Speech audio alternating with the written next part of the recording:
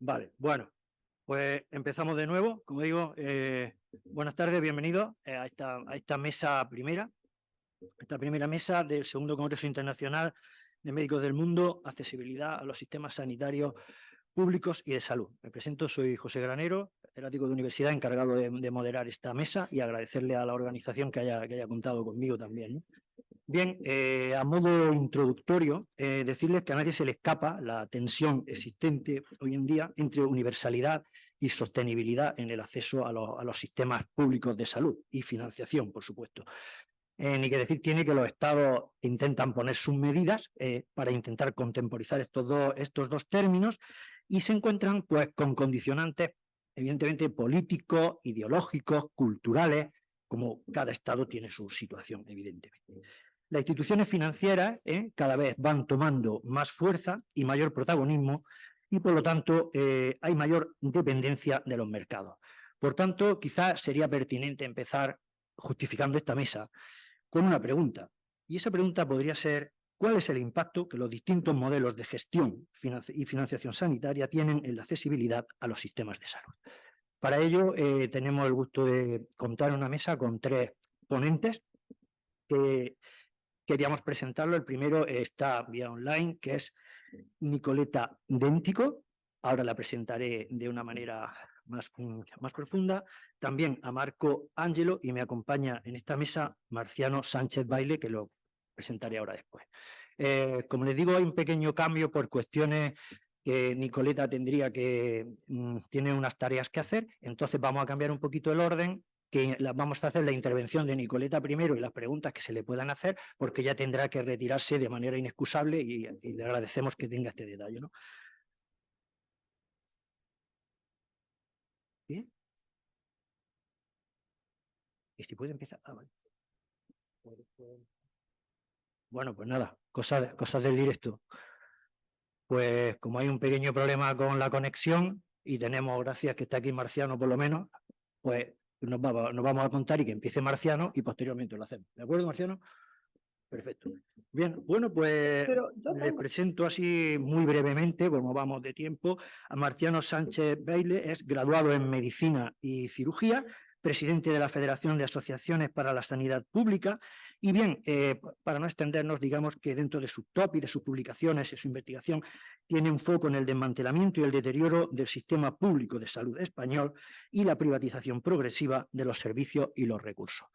Bien, bienvenido Marciano, como le he dicho, y si una pregunta que pudiera dar pie a su intervención podría ser ¿cuáles son las conclusiones del monitoreo del proceso de privatización de la atención sanitaria en España? La ponencia que nos presenta Marciano Sánchez es Análisis del avance privatizador de la sanidad en España. Cuando quiera, Marciano, darte una opinión. Bueno, pues nada, en primer lugar, muchas gracias a todos y todas por su presencia. Muchas gracias a Médicos del Mundo por permitirme estar aquí. Y bueno, yo quiero empezar con algo que no tiene que relación con el tema de mi intervención, ¿no? Pero que me parece que es imprescindible señalarlo. En estos momentos el principal problema que hay en el mundo de accesibilidad es la devastación y la muerte, los atropellos contra los derechos humanos que se están produciendo en Palestina. No podemos olvidar esa situación.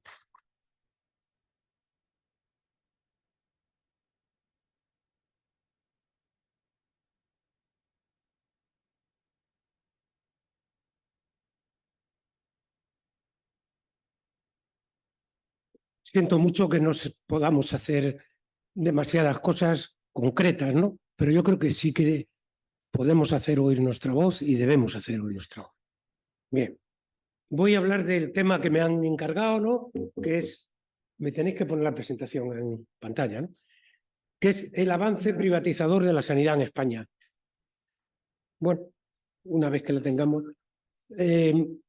A ver, yo creo que hay que señalar, lo primero es que esto a mucha gente le parece que es algo que sucedió ayer o sucedió a partir de la crisis de 2008, ¿no? Pero no es así. El avance privatizador de la sanidad en España es un tema de muy largo recorrido, ¿no? Y que procede, como ya señaló antes Mario, de un entorno internacional que tiene que ver con el interés de desmantelar todos los servicios de protección social estatales y traspasar hacia empresas privadas o al mercado la provisión de estos servicios. Y eso empezó en los años 80 del siglo pasado, o sea que hace ya mucho tiempo, y empezaron, digamos, dos personas que son muy características de esta tendencia, que fueron Reagan y Thatcher, ¿no? Fíjense que la Ley General de Sanidad en España se aprueba en el año 86, es decir, cuando ya estaba en marcha este proceso en el Reino Unido y en muchos otros sistemas públicos de salud en el mundo. Es decir, en España empezamos a desarrollar un sistema público de salud de alguna manera a contracorriente. Es importante, yo ya soy muy mayor, antes me decía el compañero de mesa, dice, un experto. Digo, no, yo no soy un experto, yo lo que pasa es que soy viejo. Y claro, ya se sabe que más sabe el diablo por viejo que por diablo, ¿no? Y lo que me pasa es que he vivido a la sanidad en la última época del franquismo, trabajando en el sistema sanitario, he vivido la aprobación de la Ley General de Sanidad, los problemas que hubo y su implementación en estos años, ¿no?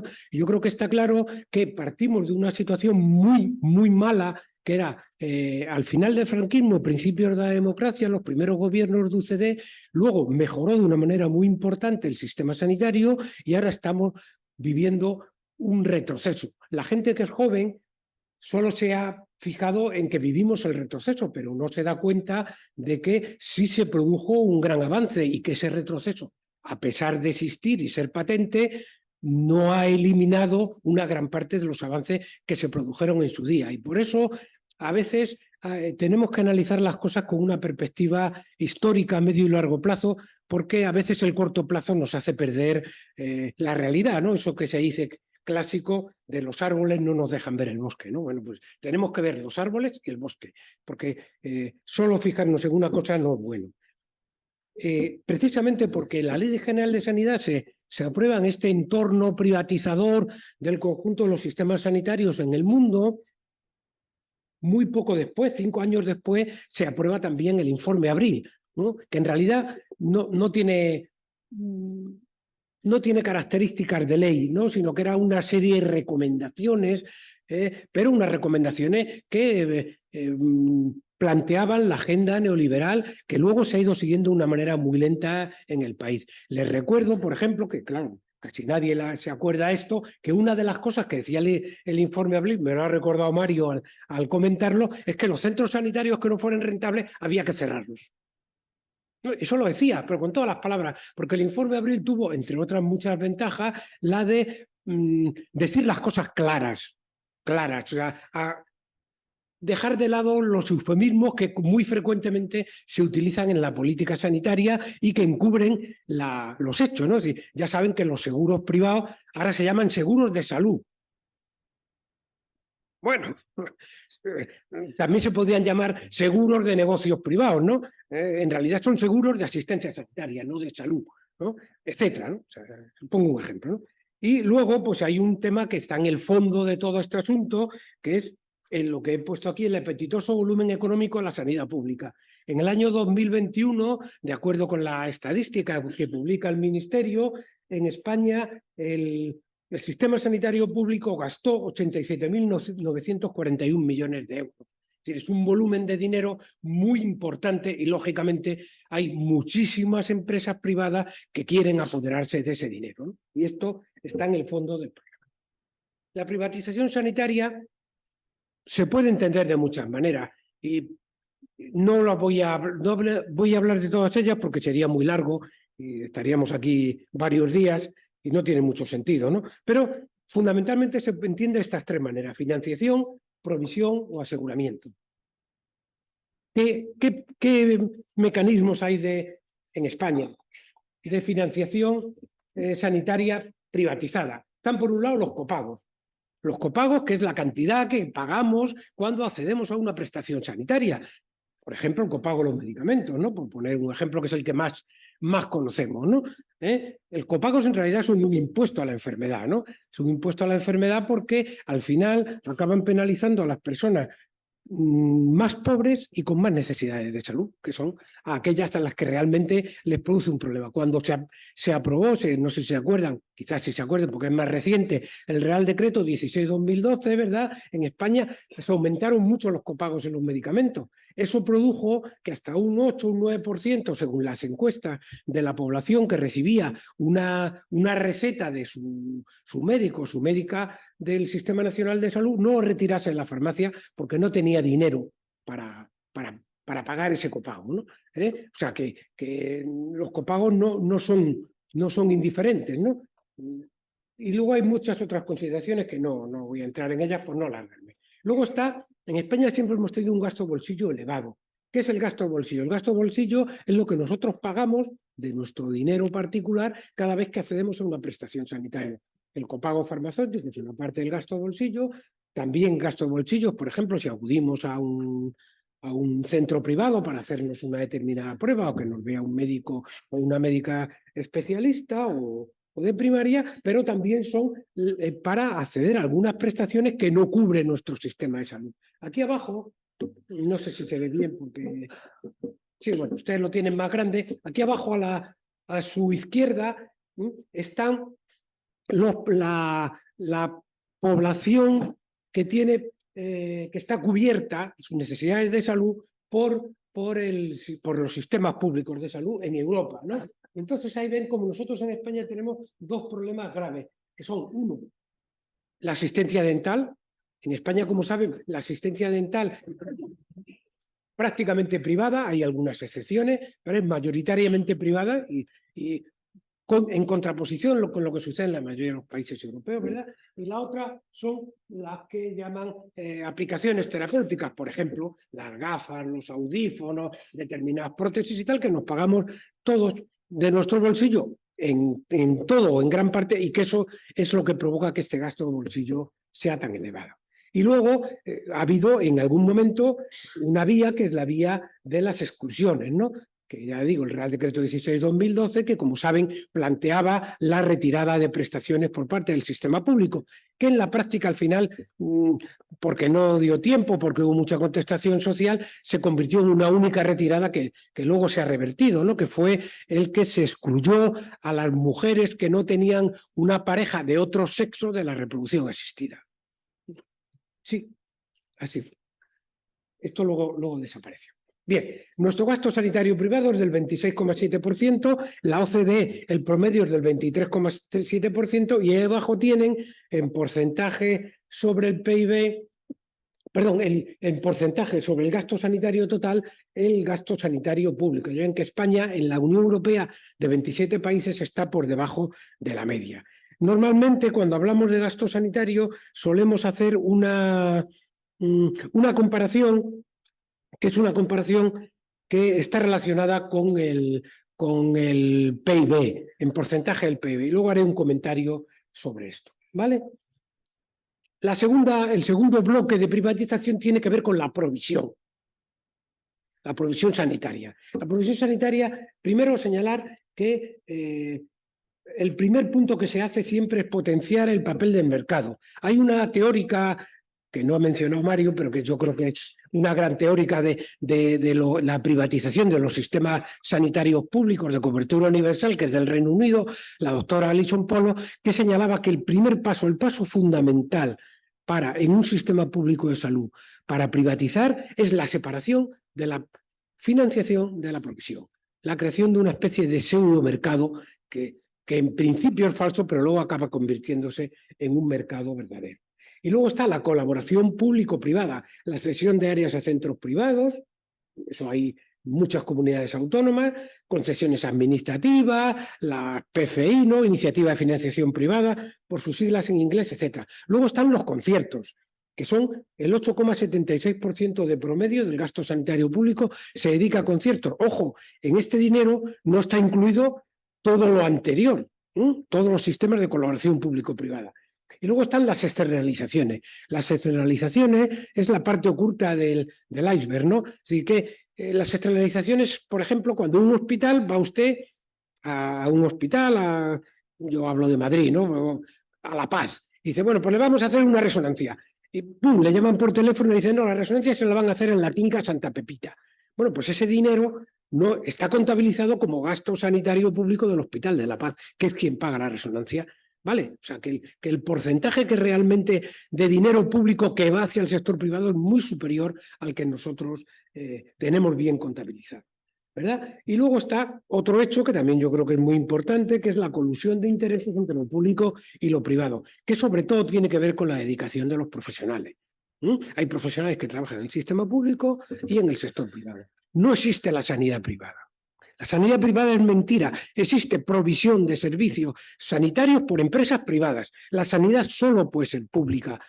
Tenemos que tener cuidado con el lenguaje porque nos introducen toda una serie de cosas que nos hacen lo que se ha dicho antes, ¿no? Que tienen que ver con la hegemonía del sector privado que se introducen dentro de nuestra ideología. El sector privado lo que hace es provisión de servicios sanitarios, aseguramiento, no hace sanidad.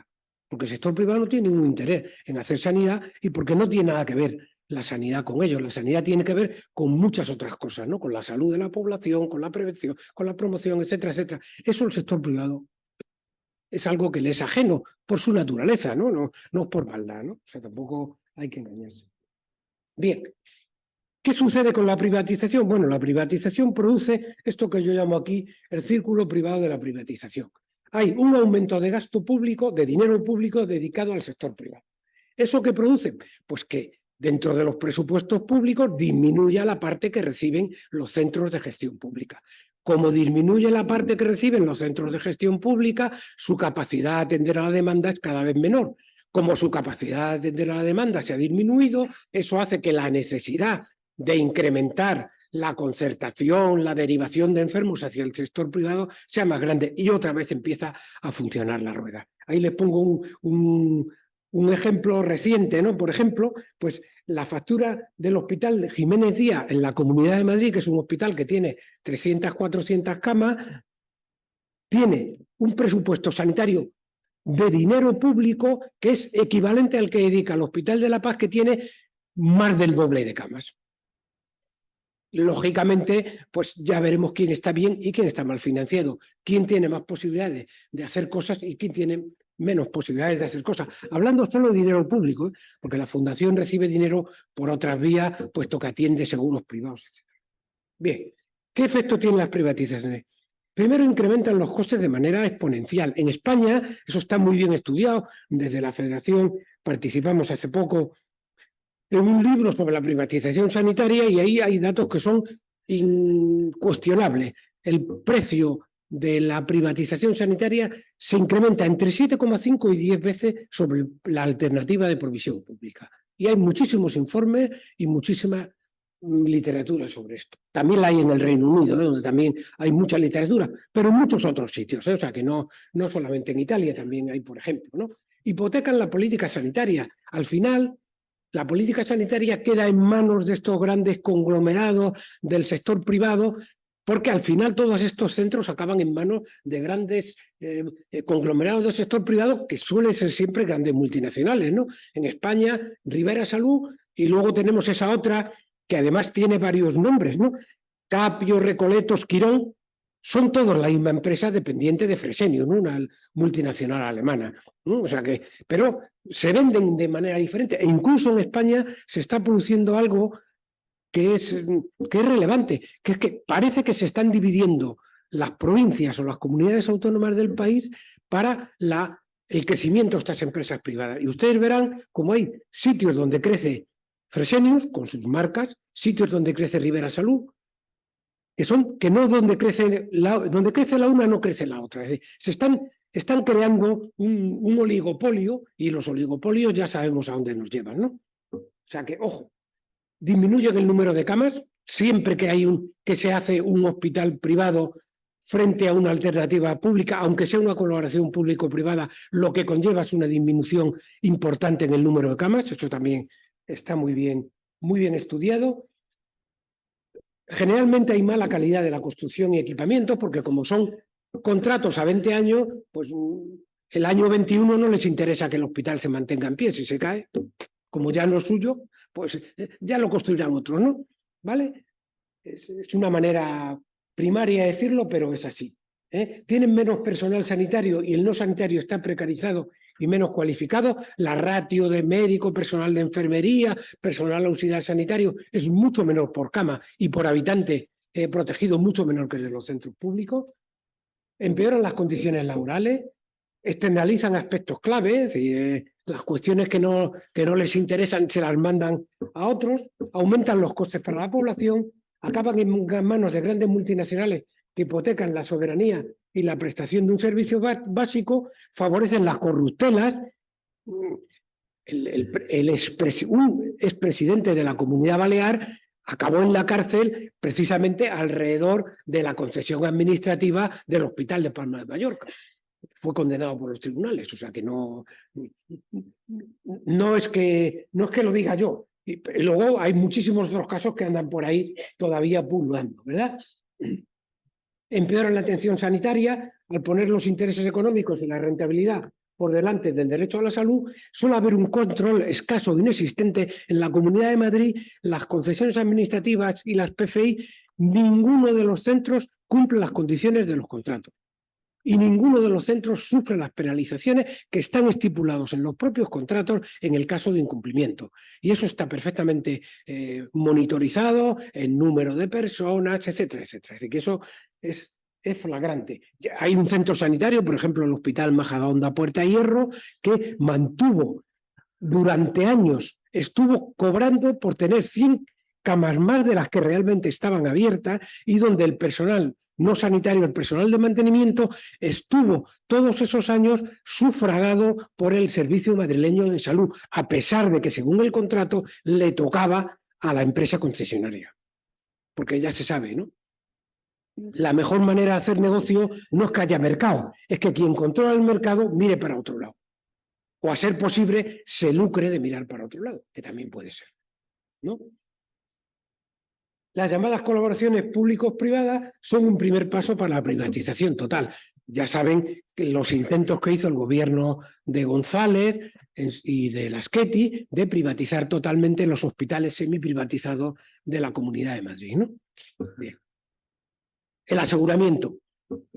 Hay aseguramiento privado que está financiado con dinero público en España. Primer caso es las mutualidades de funcionarios, las conocen todos ustedes, pero luego el aseguramiento privado, lo que se conoce menos. Todos los seguros privados que son contratados por las empresas para sus trabajadores merecen una desgravación fiscal en el impuesto a sociedades. Es decir, estamos pagando con dinero, con fondos de todos los ciudadanos de este país, o subvencionando con fondos de todos los ciudadanos de este país, el aseguramiento privado de un determinado grupo de población que suelen ser generalmente las élites de las empresas, ¿no? Y ahí, por ejemplo, de esto no hay datos, porque aquí en este país hay mucha transparencia, pero pocos datos. Vale. No es una contradicción, es un chiste, ¿no? Creo que era Sánchez Albornoz, que decía que los países, no hablaba solo de España, que los países hispánicos se caracterizan por tener muy buenas leyes que nunca se cumplen. Bueno, este es un ejemplo de una ley que no se cumple. Bien, aquí tienen este tema, este gráfico que les pongo aquí abajo, que es del barómetro sanitario, donde le preguntan a la gente quién le cubre a usted, ¿no? ¿Tiene usted seguro privado? Y aquí ya ven que un 9,2% de las personas preguntadas dicen que tienen un seguro médico privado contratado por la empresa. Es decir, no es un grupo pequeño de la población. El 9,2% de la población son alrededor de 4 millones de personas en este país, ¿no? Ojo. Bien. Y esto es los seguros privados, según esto es UNESPA, la patronal, porque claro, el Ministerio de Sanidad estos datos no los ofrece, porque esto se ve que no tiene nada que ver con el Ministerio de Sanidad, ¿no? Es una cosa... Sí, ¿no? Esto es de fuera. Pues bueno, UNESPA sí publica los datos, el 25% de la población española en el año 2022 tenía un seguro privado. Iban desde el 40% de la población de Madrid, un gran éxito de la señora Ayuso, que no se le puede negar, hasta el 11% de Navarra. Como mucho. Bueno, pues haré lo que pueda. Vale. Bien, ¿Cuáles son las condiciones de fondo para la privatización? Pues el deterioro de la sanidad pública, los recortes económicos, la gran desigualdad presupuestaria, las listas de espera y la crisis de la atención primaria. Bueno, estos son los recortes que se hicieron en 2008. La financiación, como saben, está muy mal repartida entre las diferentes comunidades autónomas. Si usted dedica muy poco dinero a la sanidad, ¿cuál es la comunidad autónoma que menos dinero dedica a la sanidad por habitante? Madrid. ¿Cuál es la comunidad autónoma que tiene un mayor porcentaje de población con un seguro privado? Madrid. ¡Qué casualidad! Vaya, esto es un hecho que no tiene ninguna relación, ¿no? Es una casualidad de la vida. Bien. Y luego tenemos una financiación que además no es finalista, ¿no? Aquí ven, por ejemplo, cómo la Comunidad de Madrid recibió 1.500 millones de euros para el fondo COVID y solo dedicó 700 millones de euros a la asistencia sanitaria de ese fondo. Los otros 800 se dedicaron a otras cosas.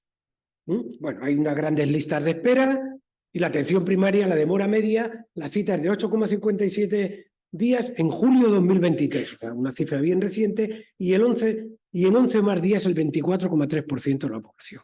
Y hay una correlación clara entre el porcentaje de población asegurada y la demora media en atención primaria. Porque claro, si usted acude al centro de salud para pedir cita con su médico o su médica de atención primaria y se lo dan en 15 días, tiene tres opciones. Una, aguantarse y esperar a ver si las cosas se solucionan solas, que a veces pasa, ¿no? Porque todos sabemos que hay enfermedades banales que son autolimitadas, que no necesitan más. Dos, acudir a urgencias de un centro sanitario normalmente público, por eso las urgencias se incrementan continuadamente en los últimos 15 años. O tres, acudir al sector privado. Y es que esas son las lentejas que hay, ¿no? Y entonces la estrategia neoliberal, pues bueno, he cogido no quiero hacer propaganda a la película, que tampoco me parece tan buena, pero bueno, pero yo creo que expresa muy bien lo que pasa, todo a la vez y en todas partes. Es decir, la estrategia neoliberal hace las tres cosas a la vez: disminuye el dinero que se dedica a la sanidad, aumenta las demoras y deteriora el sistema sanitario público, aumenta la derivación de dinero público hacia los centros privados y fomenta el aseguramiento privado. Y eso se produce continuadamente en todo sitio. Y eso es lo que es de esperar los 4 próximos años en la ofensiva neoliberal que no es de temer en todas las comunidades autónomas. ¿Por qué es mejor la sanidad pública? Bueno, porque es la única que garantiza la justicia social, esa cosa tan rara que le gusta tan poco a doña Isabel la católica, ¿no? No. Porque aumenta la eficiencia del sistema sanitario, es decir, un sistema sanitario público es el más eficiente, en términos macro, claro, y porque asegura la calidad del servicio, porque el sistema público antepone a la calidad del servicio por delante de los intereses y de la rentabilidad de las empresas. Y esto es clave para el buen funcionamiento. 2 minutos, espero. Antes se decía, ¿qué tenemos que hacer? Bueno, pues yo creo que yo esto lo vengo contando muchas veces, pero creo que es fundamental. ¿Cuáles son las condiciones básicas para que haya un sistema sanitario público, para que haya un buen sistema sanitario público? El apoyo mayoritario de la población, que en España existe, existe. Es más, en los últimos años el porcentaje de población que prefiere la sanidad pública para hospitalización, para consultas externas y para atención primaria ha aumentado. ¿Por qué? Probablemente porque ya empieza a tener experiencia de lo que significa el aseguramiento privado, que antes lo podía idealizar, ¿no? Como algo que era de los ricos, ¿no? Y por lo tanto tenía que ser muy bueno. Ya sabe que las cosas son diferentes. El COVID también ayudó mucho, porque la gente vio cómo el sistema sanitario público respondía cuando había un problema grave de salud, cuando no respondía el sector privado. Algunos de los centros privados aprovecharon la pandemia de COVID para cerrar los hospitales y hacer un ERTE. En Madrid hubo varios hospitales que lo hicieron. Eso se llama responsabilidad social, ¿no? De las empresas, ¿vale? Lo segundo que se necesita es un colectivo de profesionales sanitarios comprometidos con la sanidad pública. Muy importante, porque claro, el sistema sanitario público para funcionar necesita a la gente que trabaja en él. Y es un punto crítico, ¿no? Muy importante. Y el tercero Gobiernos progresistas que apuesten por el sistema sanitario público. No solo que se llamen progresistas, sino que apuesten por el sistema sanitario público. Yo creo, en la medida en que esas tres condiciones se dan, más o menos, en mayor o menor medida, tendremos más probabilidades de tener un buen sistema sanitario público y de avanzar en ese camino. Y por eso hay que trabajar en esas tres cosas. ¿Qué podemos hacer? Impulsar una legislación que fortalezca el carácter público de la financiación y la provisión. Analizar y denunciar el proceso privatizador. Nosotros sabemos muchas cosas, mucha gente no las sabe. Hay que hacérselas llegar. Hay mucho conocimiento sobre esto que existe. Responder ante cada iniciativa privatizadora. No podemos dejar pasar ninguna agresión sin respuesta. A veces serán respuestas muy importantes, a veces serán más pequeñas. Dependiendo de la respuesta, las cosas irán a más lejos o a menos lejos. Y las movilizaciones sociales y profesionales. Ahí les pongo tres fotos, ¿no? La una es la movilización que hubo en Madrid en su momento, muy importante en el año 2022, ¿no? Cientos de miles de personas, ahí están en la Plaza de las Cibeles. Al lado, a la derecha, una movilización que ha habido el 10 de agosto en plena ola de calor en Medina del Campo, una ciudad que no llega a 20.000 habitantes. Ojo, la gente se sigue movilizando. Y luego tenemos que tener en cuenta esto. La ciudadanía sigue teniendo aprecio y prefiriendo la atención primaria de salud y la sanidad pública, y hay que movilizarse para defenderlo. Antes alguien ya dijo que el 28 de octubre tienen una cita con la calle y con la sanidad pública. Ahí les pongo el cartel de Almería, que he visto que alguien había puesto ya en la portada, ¿no? Pero hay que hacerlo. Si no lo hacemos, esto desaparecerá. Todavía tenemos unas probabilidades razonables de resistir. Ojo, el único país del mundo donde la sanidad pública, un sistema sanitario público, desapareció de la noche a la mañana fue en Chile.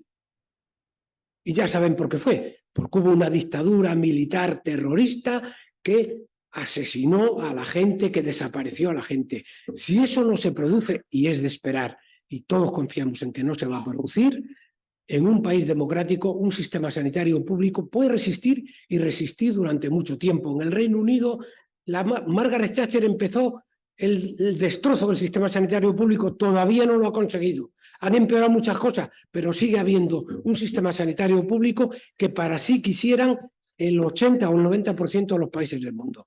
Gracias.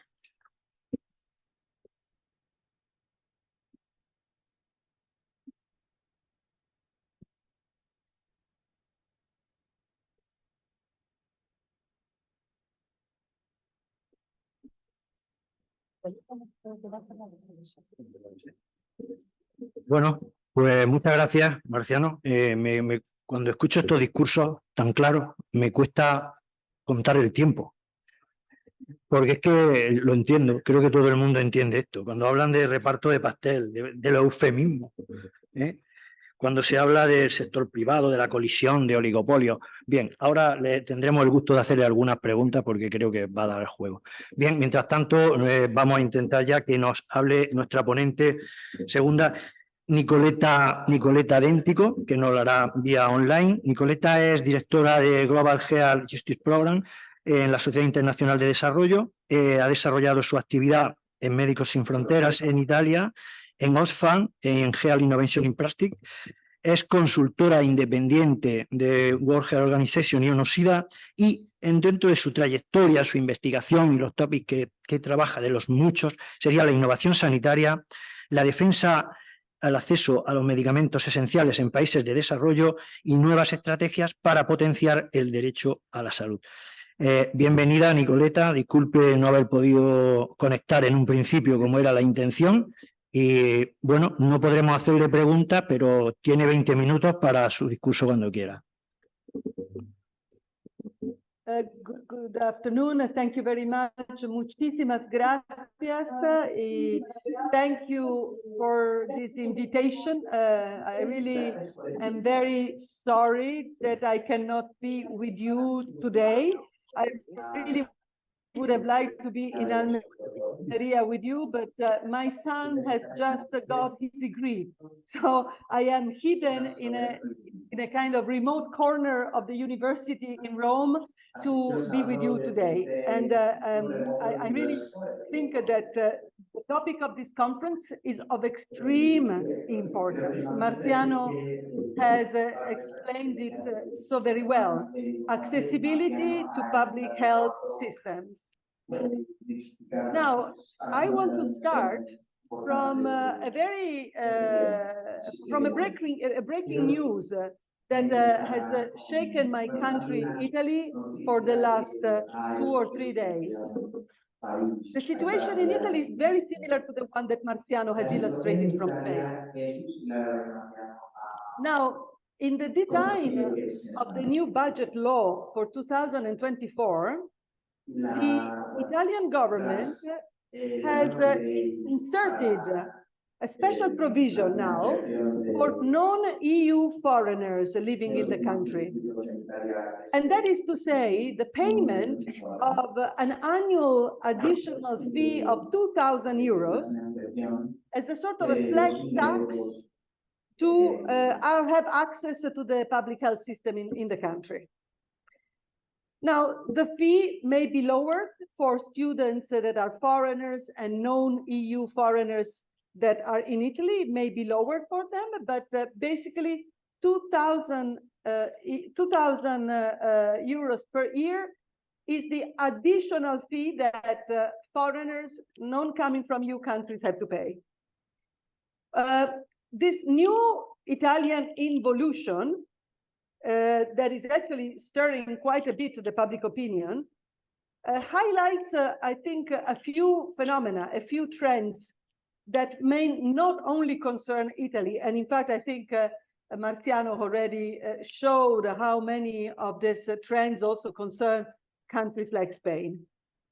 The first one is that countries in Europe and elsewhere, of course, are still at odds, are still in serious difficulties with fully grasping and elaborating the COVID-19 lessons. And in fact, policies after the pandemic are now glaringly showing that there is a sort of a Freudian remotion of the harsh lessons that COVID has produced during the experience, the difficult experience of the pandemic. What we see is actually a doubling down of the same neoliberal policies that we had before COVID, but as Marciano said, we have had for a long, long time. The second phenomenon that we see with this provision in the Italian budget law is that instead of using health as a tool for equity, dignity, and justice, we see health and the right to health being weaponized as a selection and as a discrimination strategy.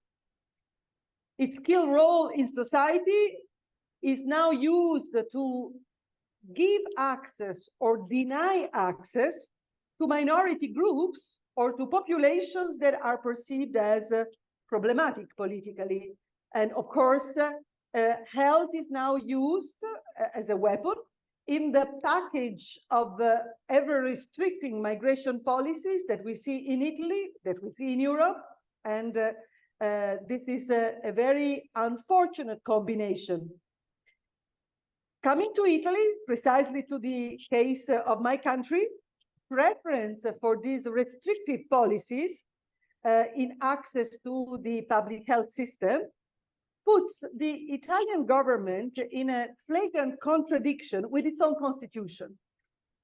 It so appears that the government is not worried about, entering a scenario of illegal provisions, because the Italian constitution has Article 32, that is the one devoted to health and the right to health, which is the only one article in the entire constitution that never speaks about citizens, but about individuals, meaning that in Italy, you must have access to health. You are entitled to the right to health and to access to the public health system simply because you exist, you live, you are a person in the country.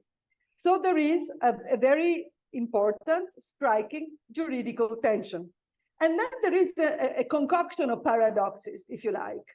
The first paradox is that most of the non-EU foreigners living in Italy already pay their regular contributions to the Italian fiscal systems through their employment. So it is not clear why they should pay again. They should pay a second time. Of course, also Italian, like Spanish people, pay twice and three times through the private sector for access to health. But this specific clause is really a seriously discriminating one. The second paradox is that in the context of the Italian fiscal system reform ongoing, the current government has decided to abolish the one specific taxation called IRAP, that actually is the one taxation that nurture the Italian public health system. And on top of that, it is actually looking at a reform, at a fiscal reform, introducing a flat tax instead of a progressive taxation, which has been largely very seriously eroded over the last decades. So we are in a completely, psychiatric, I would say, or completely bizarre situation. Now, we were hoping that we could be moving from the structural pathologies of the shrinking investments in health, in public health, that have manifested themselves during COVID in Europe and elsewhere, shrinking of the public investments, which, as Marciano was mentioning in this presentation, have a long history before COVID, before the financial crisis, but which of course manifested themselves dramatically, tragically, I would say, in Italy and in Spain during the pandemic. We were moving from that kind of structural pathologies to a new kind of post-pandemic hopefulness, defined by the relaunch of the public health services, because many people, for a very short, eye-opening moment, the shock caused by the new coronavirus in Europe, as we all have witnessed, had kind of relaunched a kind of understanding of societies about the importance of public health, about the key role that public health systems play in societies, in granting a social protection to societies.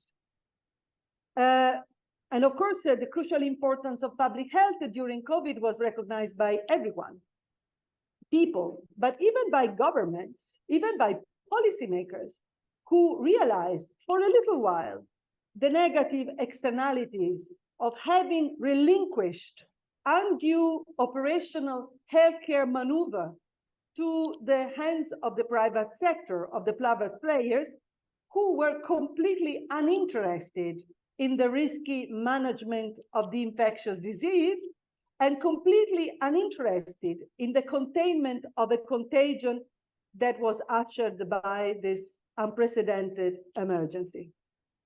Well, talking about Spain, in 2020, Spain nationalized all its private hospitals, which was symbolically, and not only symbolically, also politically, an amazing act, an amazing action that reverberated very much across Europe and around the world.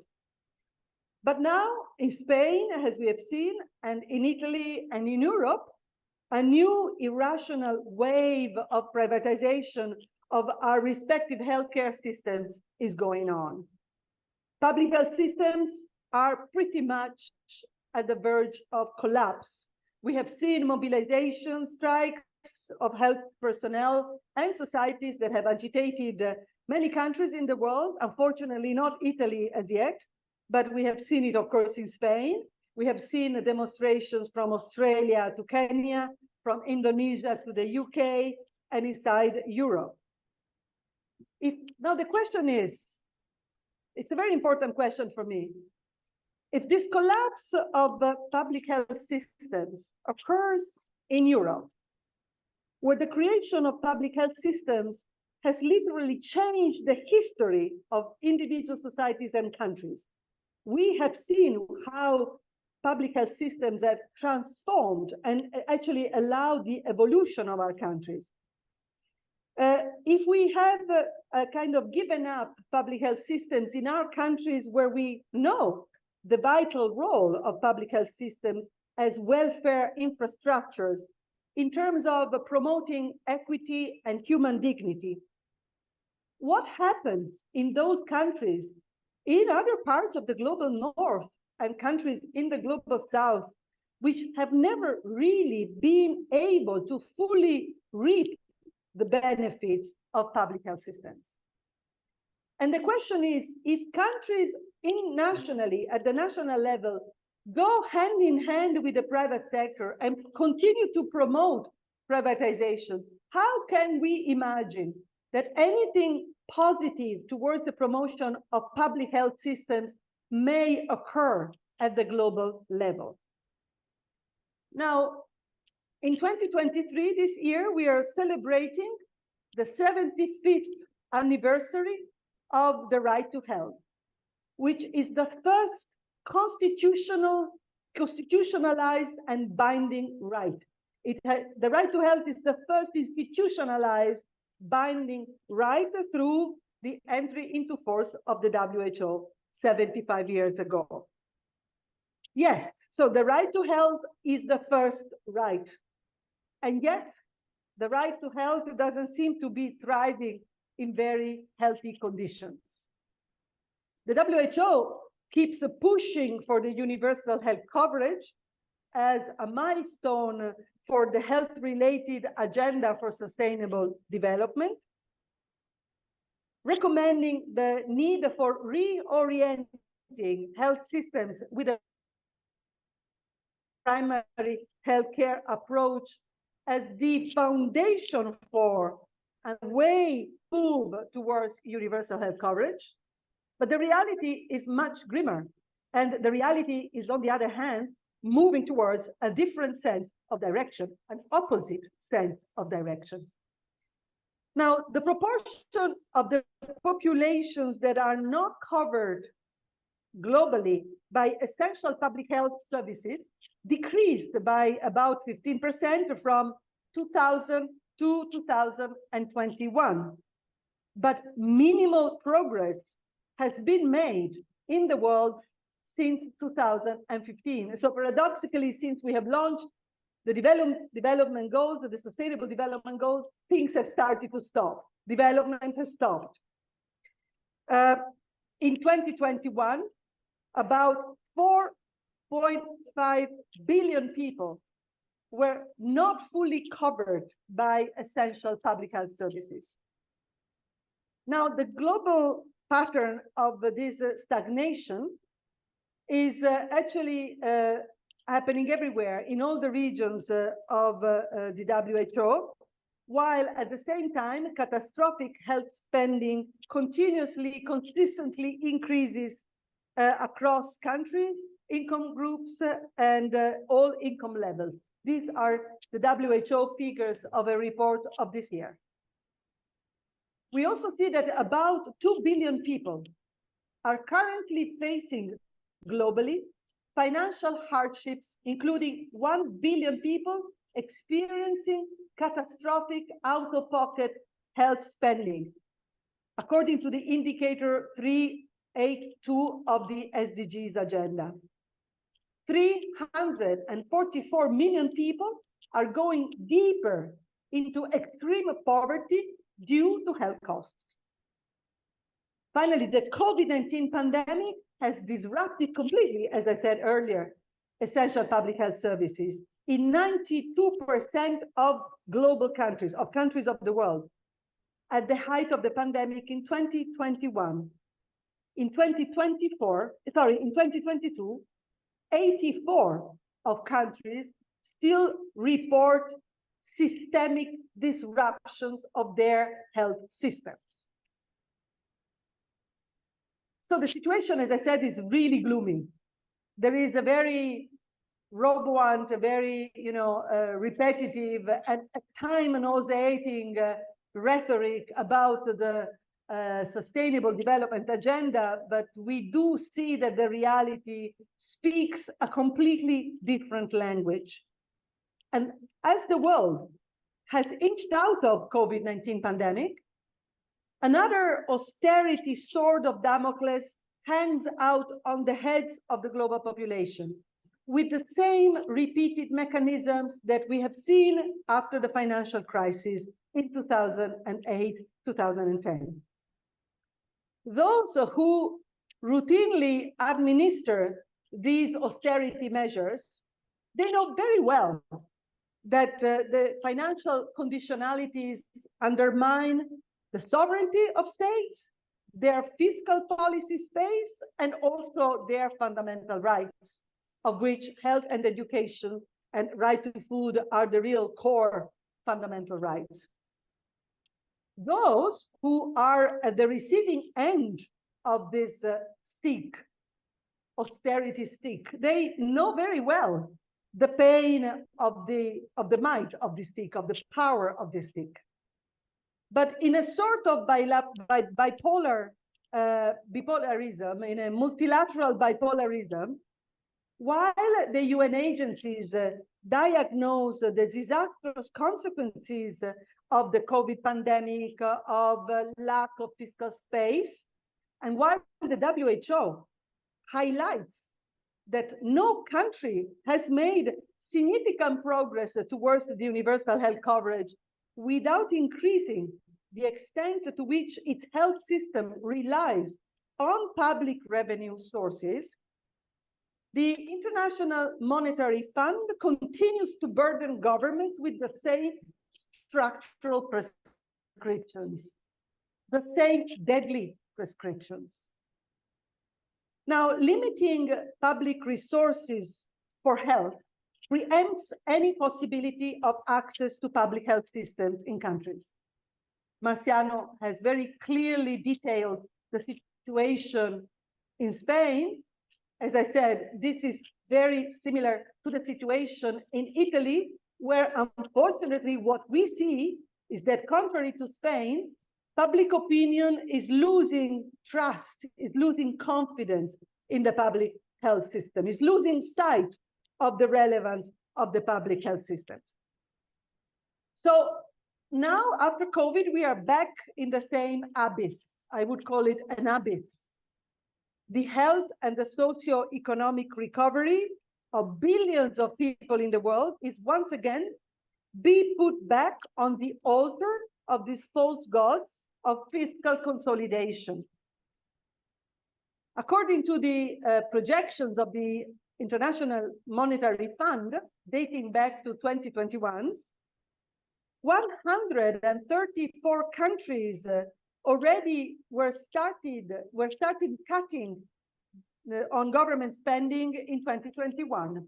That was the first year of the projections of the IMF. The extent of the fiscal contraction varied at 10 times across regions, from 50% of the countries in East Asia and the Pacific to 80% of the countries in Europe and Central Asia. It is projected that 123 countries, sorry, there is a big noise now. It is projected that 143 countries will be implementing austerity measures by 2023.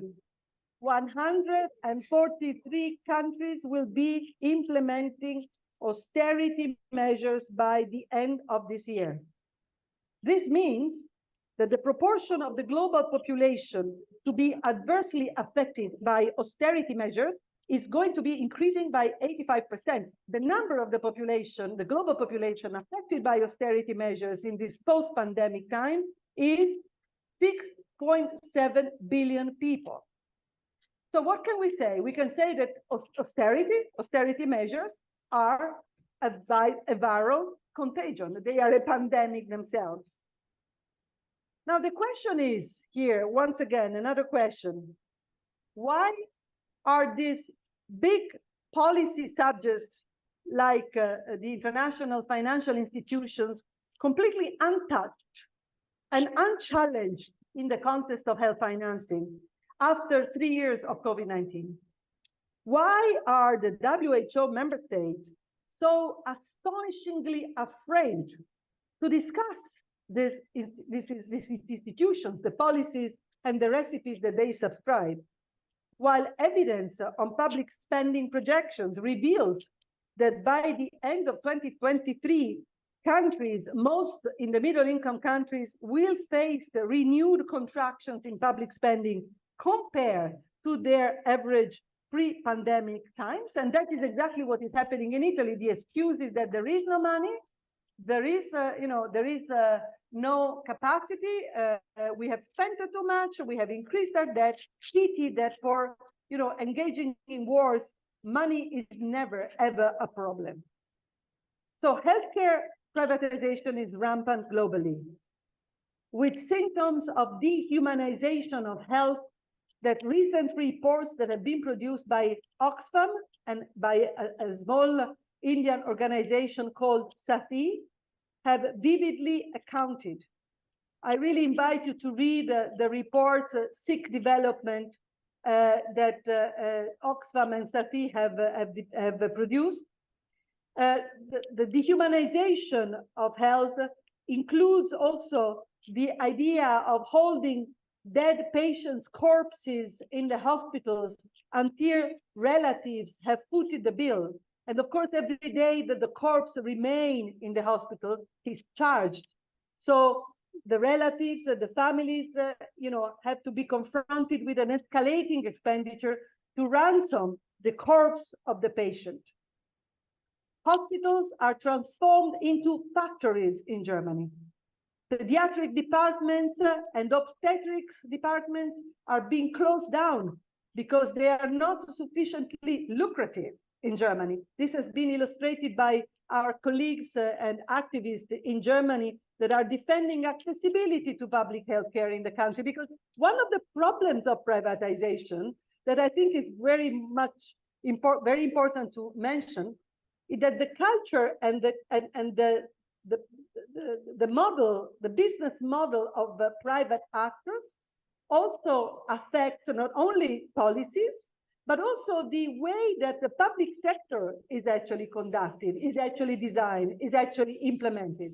This is a very, very important point that I hope you will continue to discuss later in the conference. So as we have tried to illustrate as a Society for International Development in a recent policy briefing, we are confronted with a surging pandemic of health financialization after COVID, where finance and power multinational financial actors are gaining new and unprecedented influence over our lives again, with the blessing, of course, of international development institutions. And here I include, of course, together with the IMF, the World Bank, but also the WHO, but also several others, the G20, the other, of course, fora that are now increasingly getting embarked in discussing and designing health policies, including NATO. This subjugates health goals to shareholder values and to financial markets fluctuations. Often, this happens in the name of universal health coverage and the Sustainable Development Agenda, as Marco will illustrate after me very clearly. So we are also witnessing a complete transfiguration, semantic transfiguration in the implementations of words like sustainability, sustainable agenda, and even the very notion of universality is now used to enhance and leverage the private sector. Together, we must organize ourselves to address the financial fury that it is attacking public health and access to public health systems globally. I totally subscribe and endorse the final recommendations that Marciano has illustrated. It's going to be a long journey, and the field squares are just the beginning of a very difficult uphill journey. But together, we must reclaim our public health systems, and we must reclaim our public health and public health rights and health for all rights. Together, we must stop this necropolitics that we see after COVID-19. Thank you very much.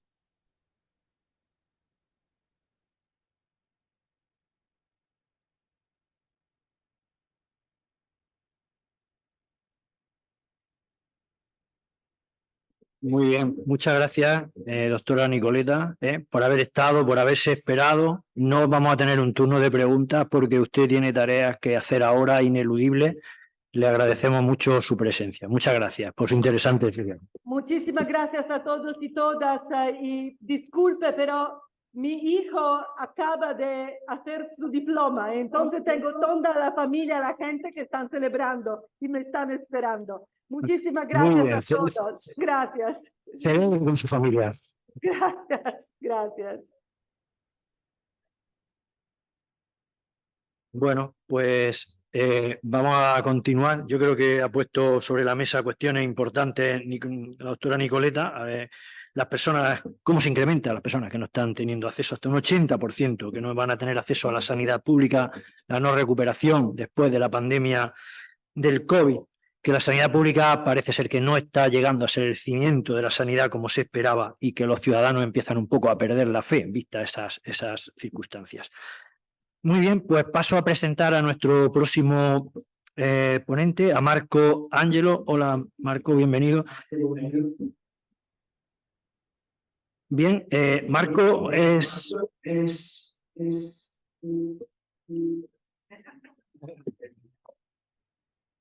Ya estamos otra vez.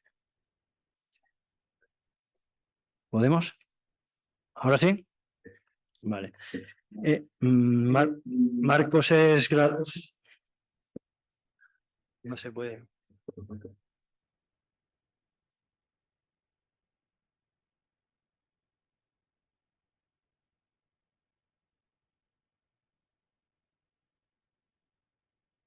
¿Sí? ¿Podemos empezar ahora?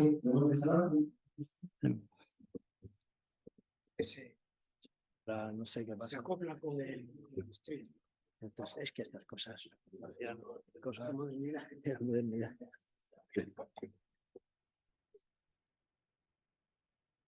¿Ya? Ya hablamos. Muy bien, parece que ya sí se ha solucionado el problema. Perfecto.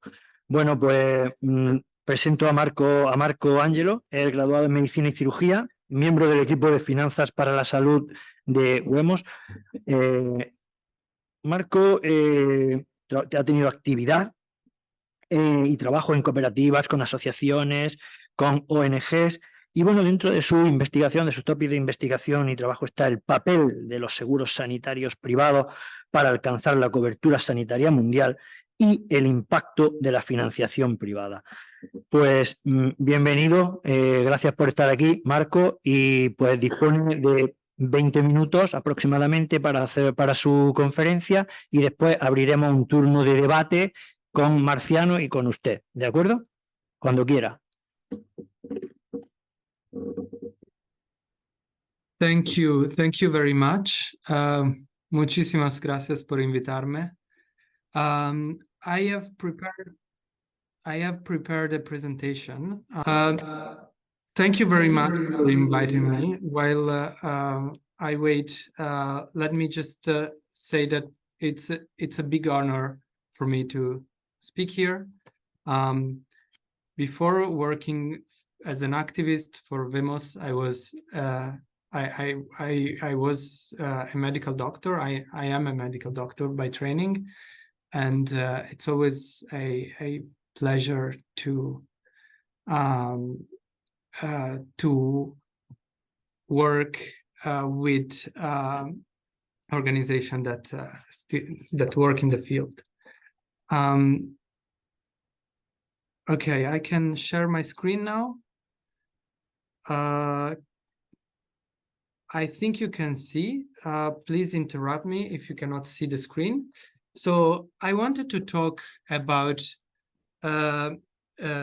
development finance. The previous speakers talked really well about how privatization affected Europe, European countries, Milan, Spain, Italy, Spain.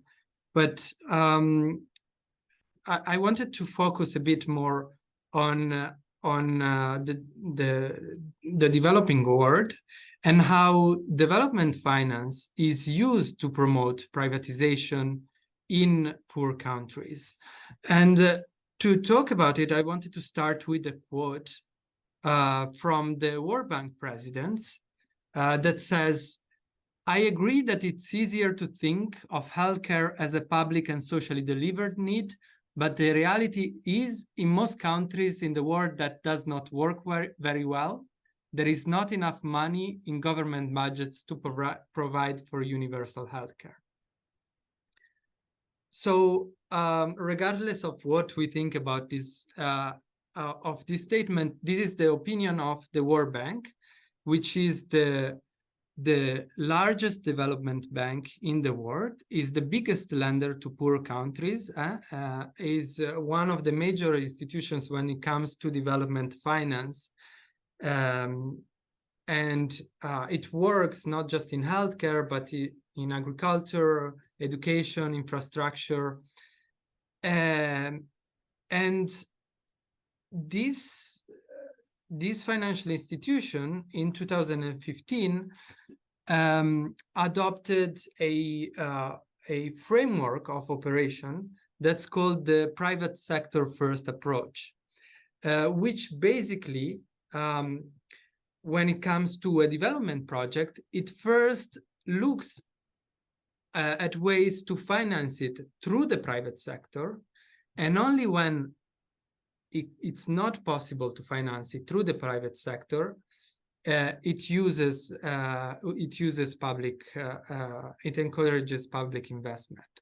So you want to build an hospital, what do? First, you try to build it with the private financing, private investment. You build a private hospital. If it does not work, you try to reform the countries in a way that it makes it easier for the private investors to invest in the poor country. And if this doesn't work, you even take out the risk of the investment for the private investor to build this hospital. I want to illustrate a bit what it means in practice. In practice, it means that the first step, the private financing is done by the private sector arm of the World Bank, which looks for private hospital in which to invest. Invest in private hospitals. These are mostly hospitals for, of course, higher income populations. So where the richer part of the countries go, they work with voluntary private health insurance. They work with fees, which the majority of the population cannot afford. But also they invest in funds, which then invest in private hospitals. This image is from a recent report by Oxfam and shows how the World Bank, along with other development finance institutions, invest in investment funds that are usually located into tax havens, which then goes into private hospitals in low and middle income countries. The example here is from a hospital in Nigeria, and you can see it's a very complex ecosystem of investment into the private healthcare. If this doesn't work, if the private sector doesn't want to invest into hospitals, the idea is to do regulatory reforms, to work with government to attract the private investment. In general, this is done by reducing corporate taxes is done by deregulating labor reforms, all these like neoliberal policy reforms, but it's also done by providing technical support to governments to implement public-private partnerships. So there are teams in the World Bank that go and talk to government and kind of help them structure public-private partnership contracts with private investors.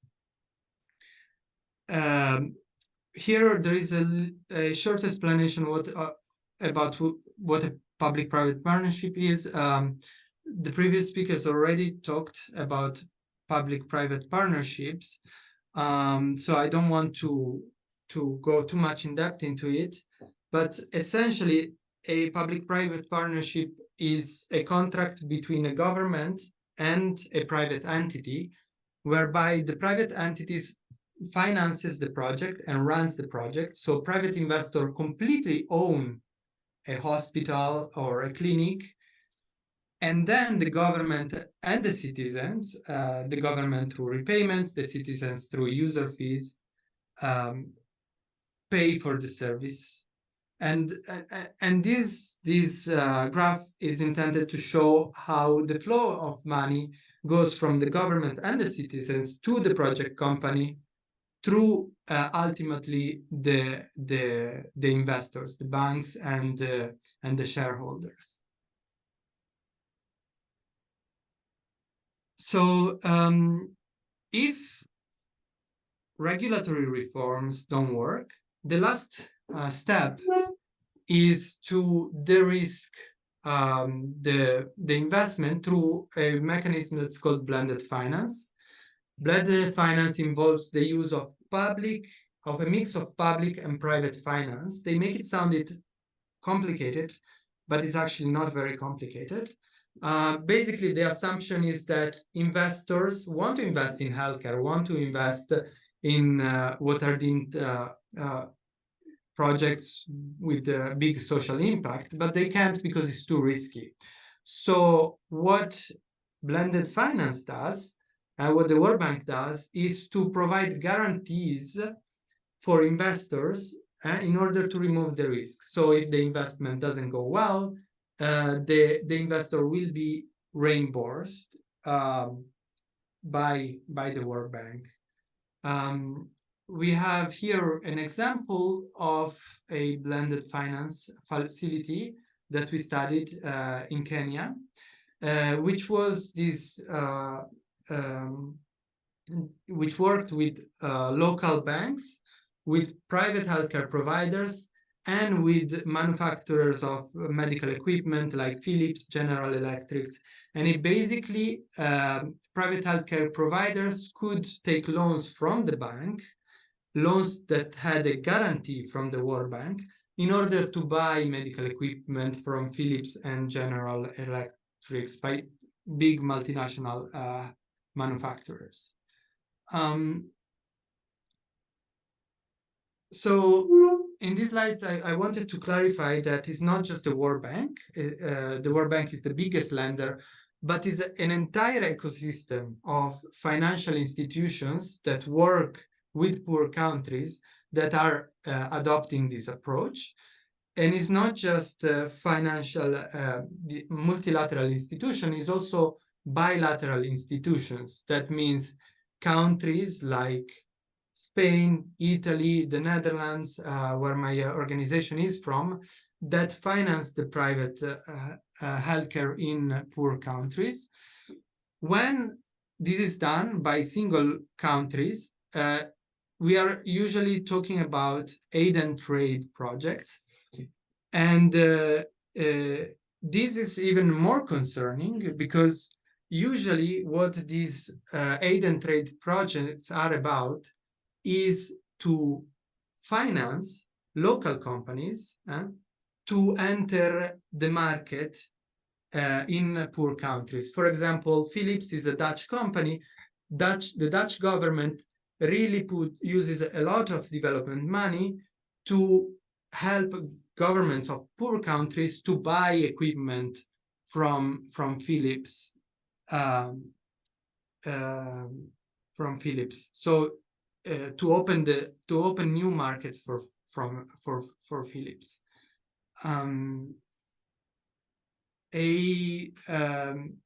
We at VEMOS we looked a lot at development aid. This is an example of how the government of the Netherlands had an agreement with the government of Tanzania to buy medical equipment from Philips for its healthcare centers, and the money came in part from the Netherlands and in part from the government of Tanzania. So this is a clear example of aid and trade projects. So I wanted to talk a little bit about not just about the mechanism, but also about how this approach contributes to universal healthcare. Does this approach contribute to universal healthcare, right? Because I mean, we can be against privatization, but ultimately, and I am personally, but ultimately, can we say that this is working to provide universal healthcare into poor countries? The reality is that this is not working. There is no evidence that this is working. Not just because WHO guidance says that private financing should be reduced in order to achieve universal healthcare, but also because these development institutions often do not consider universal healthcare into their parameters for investing in the private healthcare sector. When they do an impact assessment, they don't consider whether the hospitals that they are financing is accessible for the local population. They don't consider equitable access to care. In fact, we don't even know what they consider because they don't disclose any assessment. They don't disclose the framework that they use to make these assessments. Health project financed by the World Bank haven't been disclosed. The impact assessment haven't been disclosed since 2010. Okay.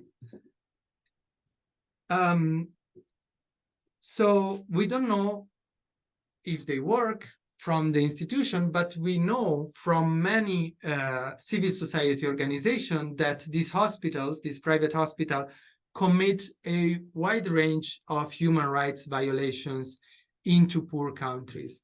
We have reports. Oxfam recently, Nicoletta mentioned, published a big report on human rights violation into countries like Kenya, Uganda, India, Nigeria, violations like denying emergency care, inflating the bill by unnecessary prescription of expensive treatment, denying the use of the government insurance, which caused heavy indebtedness for families, detaining patients' bodies, patients, children of patients, newborn babies, if the family couldn't pay the bill, and other human rights violations. So we know that this is happening. And also, ultimately, investing in private healthcare tends to reinforce existing inequalities, okay? Private hospitals, investment in private hospitals— Recording stopped. —tends to concentrate in areas which are already more rich and which already have more services. So it tends to reinforce inequality in healthcare access. it's not just that. We know that poor countries have a problem of scarcity of healthcare workers. We talk a lot about how rich countries take nurses from the Philippines, from India, etc., to work in rich countries. But this also is true about the private sector in the poor countries itself. In South Africa, the private sector employs 4 times health workers for the same number of patients than the public sector. This means that the healthcare workers are often trained in the public sector. So this means that the private sector is actually depleting the public sector of its healthcare workers. About PPPs also, we know, so the problem of access is less relevant because usually these services are paid by the government, at least in part, but we know that these are much more expensive for the government because there is the need to pay shareholders and to pay dividends to shareholders, which really increases the price. They require complex contracts with high administrative costs that are often renegotiated with an escalation of the cost. This was the case also in many hospitals in Spain, but we have evidence of this happening also in many poor countries. And finally, shift the priority settings. We have public-private partnerships for medical equipments of Philips in Kenya, whereby rural healthcare centers in Kenya have maybe echo machines from Philips, but they don't have money to pay healthcare workers. And because these healthcare centers are understaffed, these machines, these expensive machines, are not even used. Sometimes they are still in their packaging. And the government, the Kenyan government, is paying for it. Okay, so we have several examples of PPPs failing in low and middle income countries.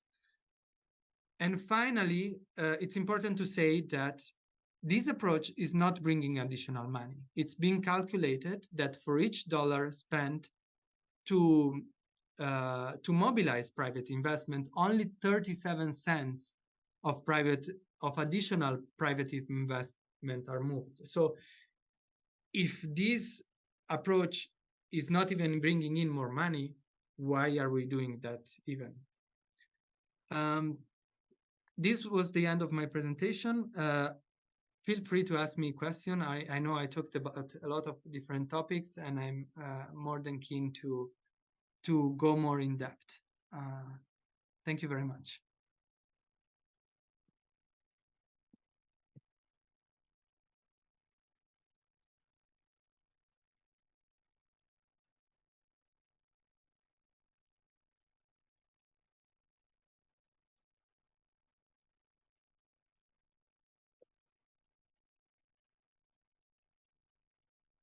Bien, bueno, pues vamos a dar... A ver, ¿podemos? A hacer un turno de preguntas el tiempo que nos queda. Evidentemente nos queda menos tiempo por los problemas que hemos tenido, pero bueno, podemos hacer algo interesante seguramente. Bueno, de entrada yo, escuchando a Marco, en lo que, a pesar de que se ha entrecortado, vamos, quizás para empezar por aquí, no habla de financiación al desarrollo y que cómo está llevando a un fomento incluso de la propia privatización de la salud. También me ha extrañado cuando habla de las pocas garantías de la financiación combinada, de la carencia de evidencia, de que no hay datos de 2010, ¿no?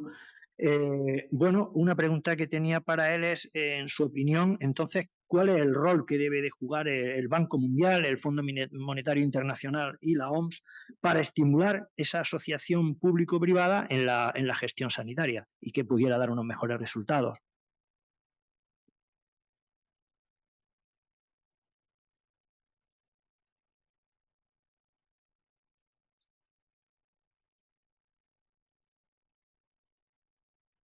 ¿Me ha escuchado, Marcos?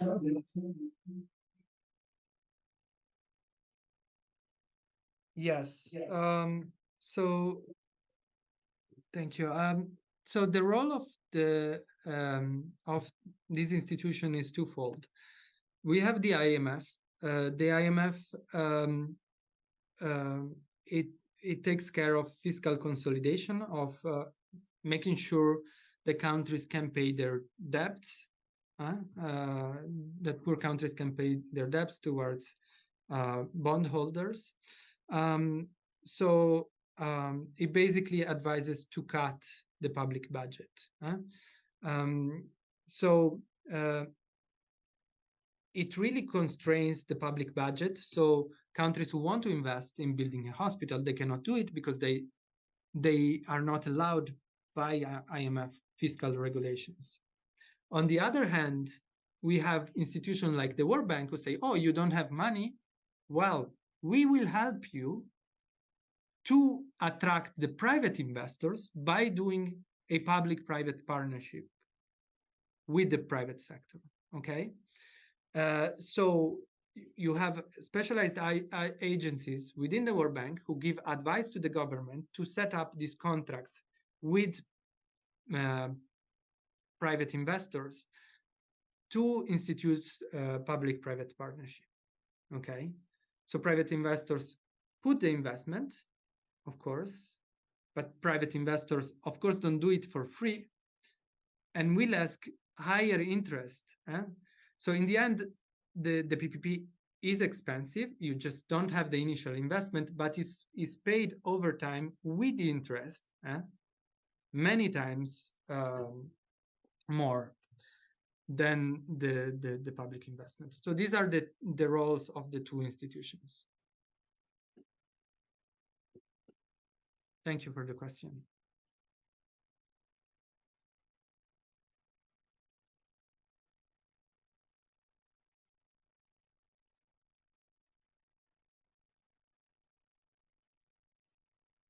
Muy bien, muchas gracias. No sé si alguien de los presentes, que hay una pregunta para Marco. ¿Es para Marco? ¿O damos paso a Marciano?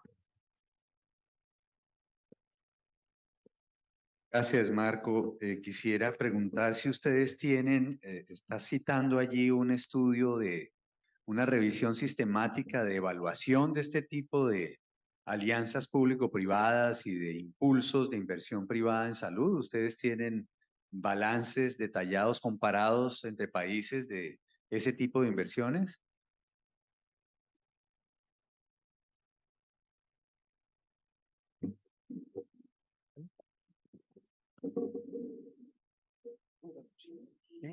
Shall I respond to the question or are we taking more?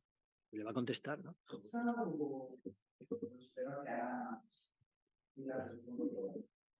Pues como quiera. Hay 3 preguntas. Si quiere responda y vamos pasando. Tenemos 20 minutos para todas las preguntas. Más bien una respuesta corta, Marco, si puede ser. ¿Vale? Gracias.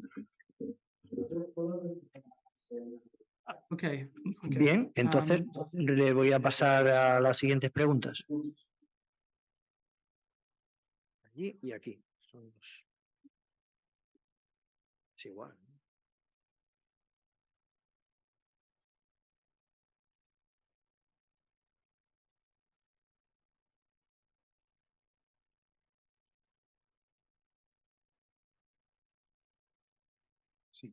Sí. Marco, una pregunta sobre la última parte que has hecho de la presentación. Has comentado que los fondos de inversión no obtienen beneficios de la colaboración público-privada, que está cada vez extendiéndose más. Entonces, yo no entiendo esto. O sea, que quiere decir que parece que la colaboración, por lo menos para los fondos privados, es rentable. Esa extensión, ¿no? Entonces, si podrías ampliar. Sí. Y yo no sé si hay preguntas también para Marciano o no, todavía no. Hacemos posterior. Gracias.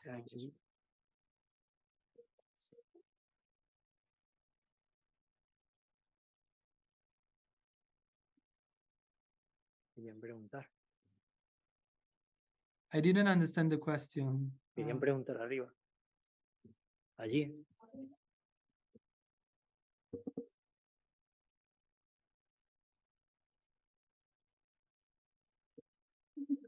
Un momento, Marco, hay una nueva pregunta.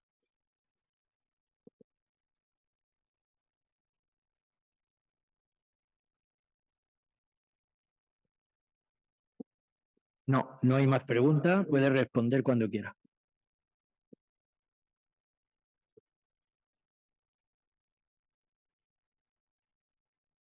Thank you. Thank you for your questions.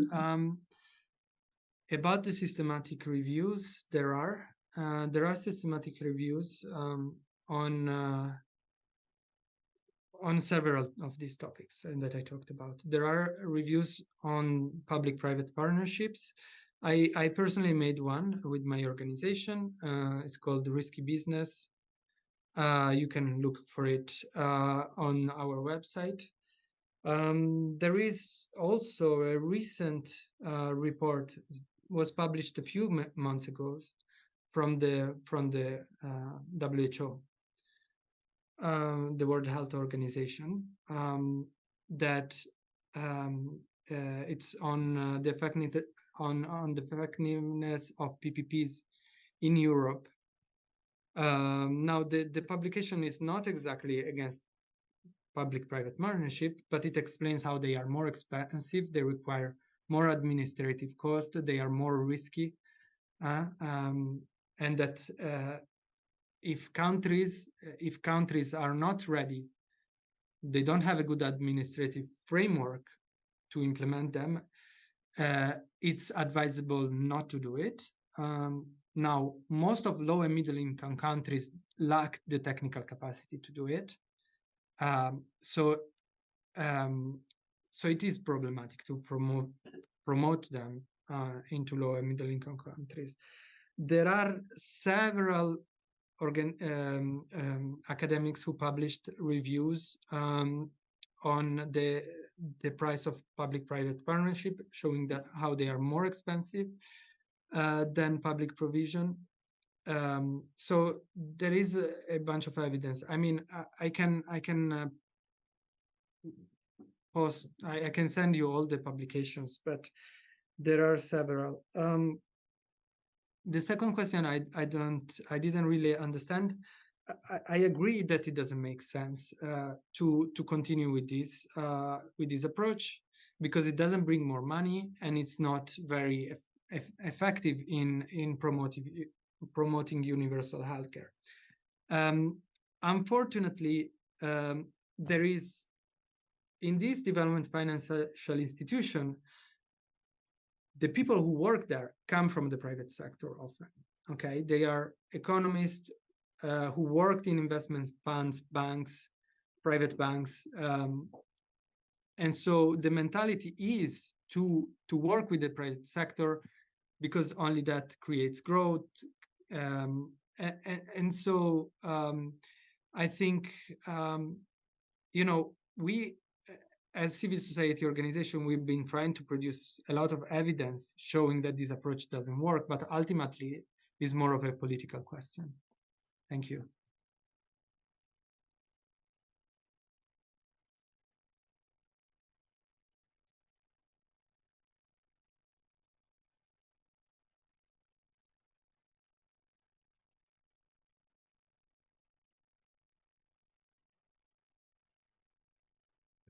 Muy bien, gracias, Marco.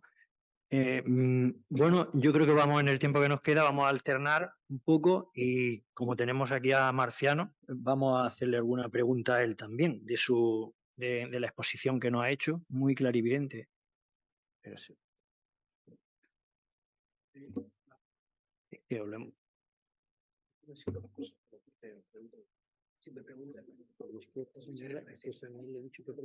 Hola.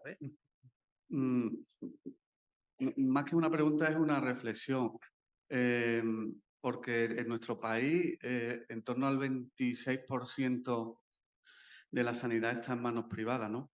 Pero en temas de salud mental me parece que la mayoría de los recursos y los servicios están en manos privadas.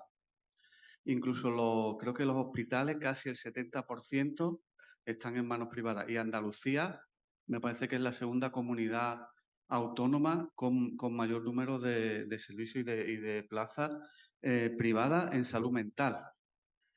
Esto, desde luego, con la población con la que nosotros trabajamos, con personas en situación de exclusión, con barrios desfavorecidos, las personas no pueden pagarse la salud mental cuando sabemos la de problemas que hay actualmente en ese sentido en nuestro país, ¿no? Pero es que eso ya es un fracaso del sistema sanitario público. Hubo una reforma a principios de los 80 que no se ha llegado a extender, pero en la situación actual me parece que eso ya es un fracaso, dado por perdido. ¿Un comentario, Marciano? ¿Sí? ¿No? Pues le he dado aquí esto, ¿no? Ahora, sí, bueno, yo quiero decir dos cosas, ¿no? La primera tiene que ver con la intervención anterior, ¿no? Hay muchísimas dudas y básicamente hay bastantes pruebas de que la llamada colaboración público-privada, la financiación privada es nula o inexistente. Y en la mayoría de los casos lo que se utilizan son fondos públicos que hacen un bucle para volverse a colocar como si fueran privados. Dos ejemplos concretos. El Hospital de Burgos y el Hospital de Vigo son dos hospitales que se han construido por parte de una concesión administrativa a unas empresas privadas, ¿verdad?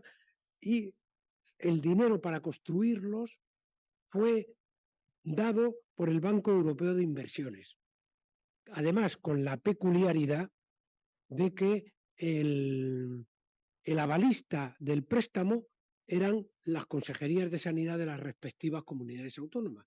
Es decir, que si la empresa privada no pagaba ese crédito, lo tenía que pagar la comunidad autónoma. Un ejemplo clarísimo de cómo la colaboración público-privada lo que favorece es dinero privado para mejorar inversiones públicas. Vamos, de broma, ¿no?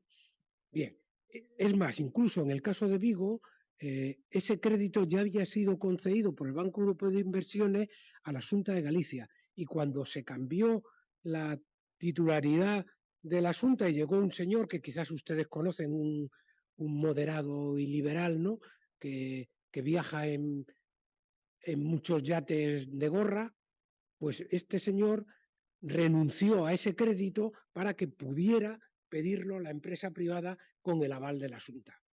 Vale, esto es lo que hay, ¿no? O sea, que no nos tenemos que engañar. En cuanto al tema de la salud mental, pues está claro, la salud mental es otra de las abandonadas clásicamente por el sistema sanitario público desde siempre, ¿no? Ha habido mucha legislación, volvemos a lo de antes, pero poca financiación, ¿no? Ahora, hace poco se ha hecho un plan de salud mental muy aparatoso y muy bonito, con una financiación ínfima que evidentemente no va a permitir mejorar sustancialmente las cosas. De todas maneras, hay que ser conscientes de que en España las cámaras de salud mental, que son consideradas como cámaras de media y larga estancia, están siendo abandonadas por el sector privado. Es decir, ha habido una disminución importante en el número de cámaras de media y larga estancia y fundamentalmente aquellas que son de titularidad privada, lo cual es, bueno, al fin y al cabo el sector privado va donde hay una alta rentabilidad, como es lógico, ¿no? Yo creo que esto tampoco hay que engañarse y es lo natural. Si usted tiene dinero y lo invierte en un negocio, lo que quiere es sacar un buen rendimiento de ese negocio. Si nadie le asegura ese rendimiento, pues no invierte ahí, sino en otras cosas, ¿no? Que pueden ser hoteles, casas turísticas, o vaya usted a saber lo que sea, ¿no? Yo creo que esto es lo que ha pasado.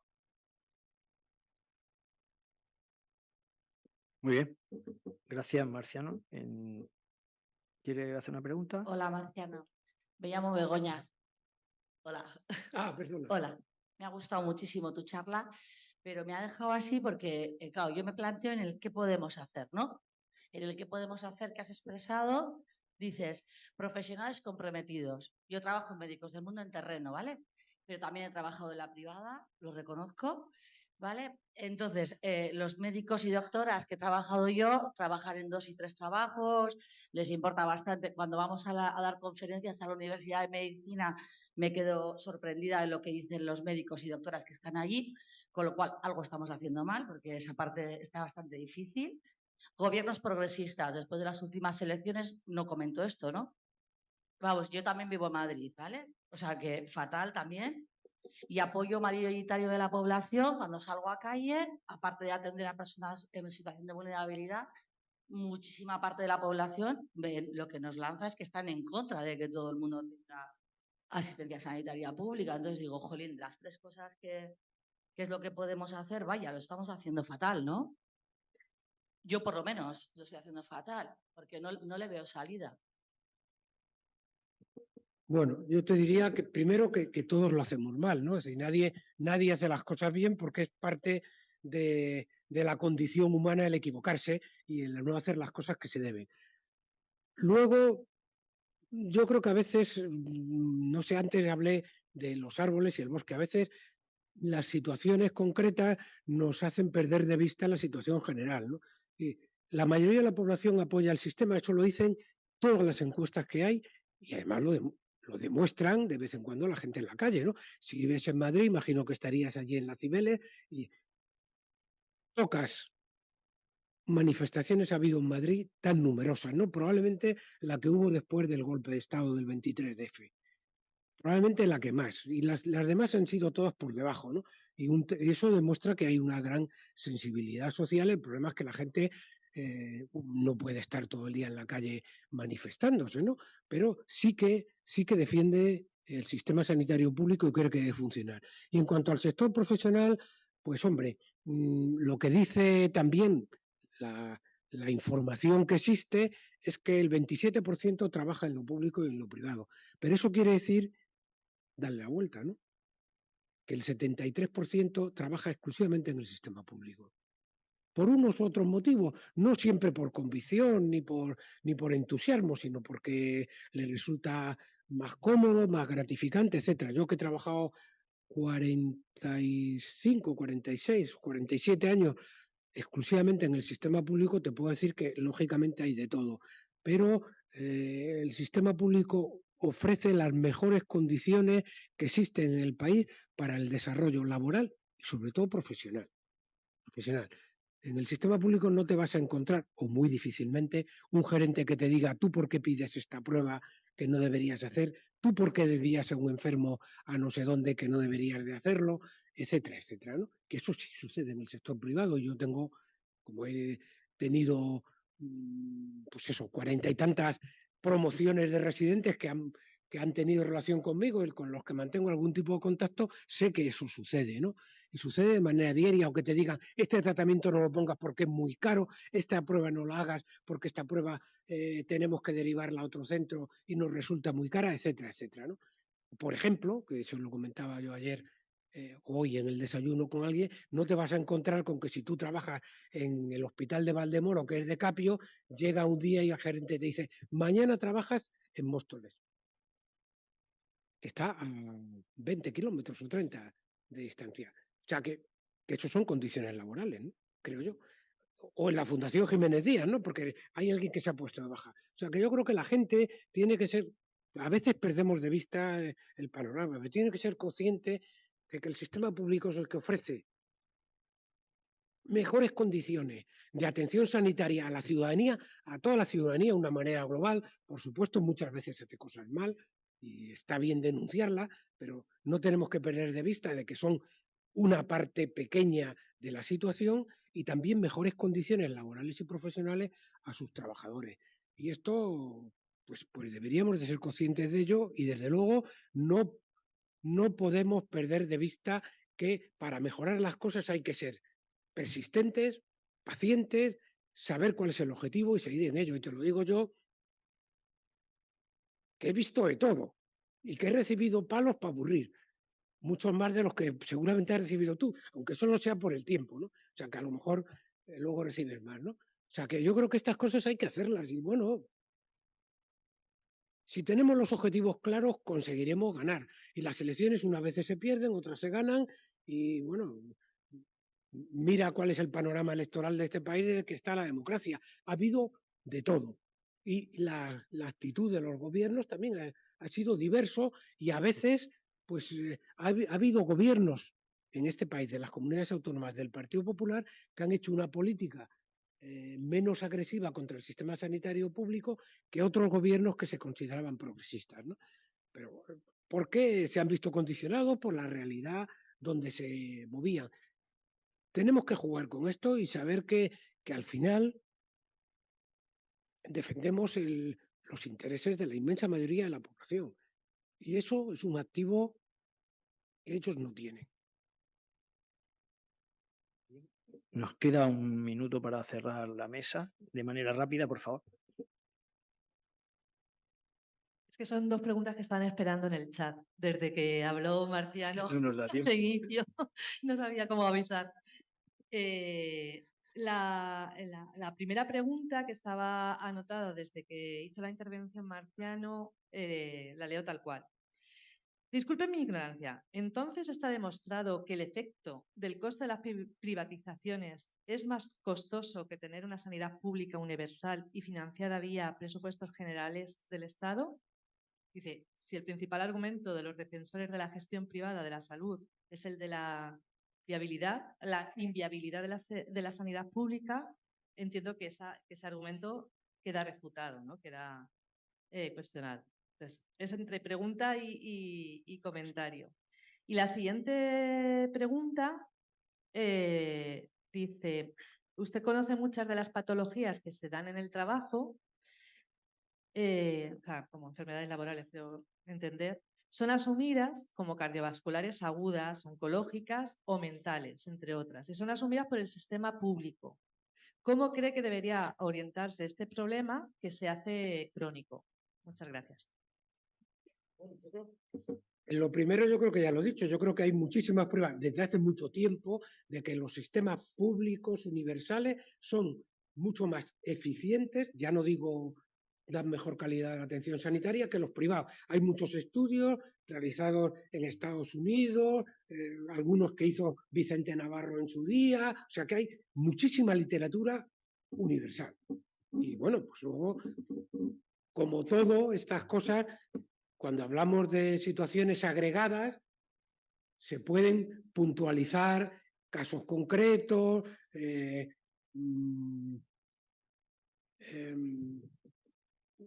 que no quería repetir casos, pero bueno, casos que se salen de la media, como pasa en la vida real, ¿no? Es decir, ya sabemos que la esperanza de vida en España de los hombres es de 79 años y hay gente que se muere a los 20, ¿no? Claro, pero a veces hay cosas que son así, ¿no? Y utilizamos datos agregados para poder establecer estas comparaciones de sistemas, ¿no? Que no hacemos otra cosa. O sea que yo creo que eso está bastante claro y hay mucha literatura que se ha querido, como siempre, tapar. En España una cosa curiosísima que a mí me parece muy interesante y es una de las grandes diferencias que hay entre España y América Latina o Hispanoamérica o como ustedes lo quieran llamar, es que en España la academia, lo que se llama la academia, la universidad, está desgraciadamente colonizada por el neoliberalismo. Y en Latinoamérica sucede casi lo contrario, casi quizás es una exageración, pero hay un sector muy potente de gente que está muy implicada con la medicina social, con los sistemas públicos de salud, etc. Y eso se nota muchísimo también en la formación de los profesionales de salud, ¿no? Y yo creo que esto aquí no se ha sabido cambiar o no se ha querido cambiar. Vale.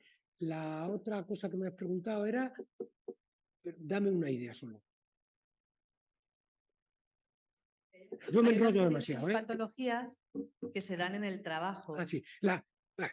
En España se supone que hay un sistema de mutualidades laborales que está especializado en la atención a todos los problemas que tienen que ver con la salud laboral y todos los problemas que tienen que ver con los accidentes laborales.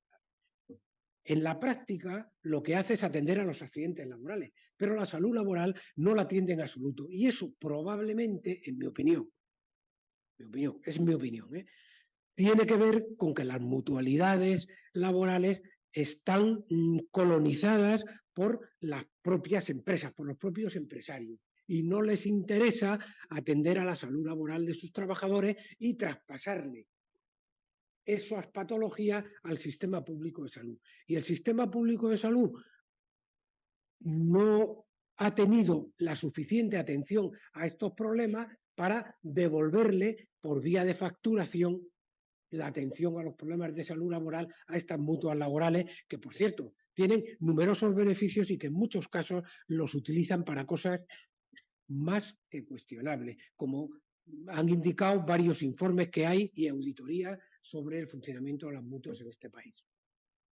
Otra cosa, las mutuas laborales son gasto sanitario público y están colocadas ahí. O sea que cuando hablamos de gasto sanitario público estamos hablando del que producen las mutuas laborales. Y sobre esto habría mucho más que hablar, pero Bueno, no quiero yo crear hipoglucemia en nadie.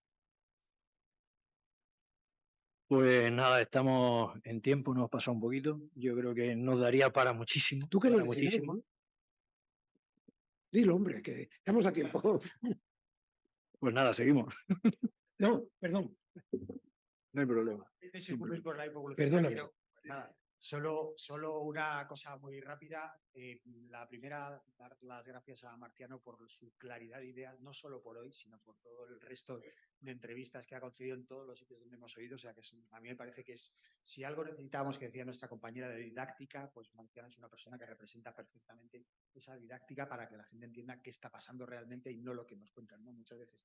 Hay una pregunta que iba a hacer en concreto, se ha comentado, o sea, en la pandemia se habló mucho de los sistemas sanitarios públicos, de la atención primaria, de la medicina preventiva, pero lo que yo veo es que lo que ha ocurrido es que la colaboración público-privada, entre comillas llamada así, sino la medicina privada, ha aumentado. O sea, la pandemia ha contribuido tremendamente, no es que no solo ha conseguido beneficios, sino que además ha aumentado. Yo quería saber cuál es tu opinión sobre esta idea y los datos, si tienes datos concretos sobre este asunto. Yo creo que es evidentísimo, ¿no? Es decir, en España en concreto, también por la vía de las comunidades autónomas fundamentalmente, se ha incrementado de una manera muy notable la colaboración público-privada en Madrid, en Andalucía, porque son dos comunidades muy grandes, ¿no? Que tienen mucha capacidad, en Cataluña, es decir, ha habido ahí un aumento muy, muy, muy relevante. Y luego otra cosa que se me ocurrió a mí cuando habló antes Mario sobre la salud pública. En España la salud pública está terriblemente infrafinanciada. Tenemos un dispositivo de salud pública raquítico, prácticamente desconectado de la atención primaria y desde luego de la atención especializada no te quiero ni contar. Y una maldad. El Ministerio de Sanidad ha decidido resolver el problema. Si veis la última estadística sobre gasto sanitario público de 2021, hemos subido el gasto sanitario público, el porcentaje de gasto sanitario público que se destina a la salud pública en 1 punto. ¿Cómo se ha hecho? Milagrosamente. Se ha imputado a gasto en salud pública las vacunas de la COVID-19. Un gran avance. Muy bien. O sea, que a veces los entresijos de las cosas hay que verlos. Y yo, bueno, yo a veces doy la impresión de que hablo con mucha contundencia y claridad. No es verdad. No. Yo lo hago porque creo que es más didáctico y entretiene a la gente y además intenta dar mensajes positivos que creo que son muy necesarios. Las cosas, por supuesto, son mucho más complicadas, tienen mucho más entresijos y como decía un amigo mío, yo no creo ni siquiera en mi religión, que por otro lado es la verdadera.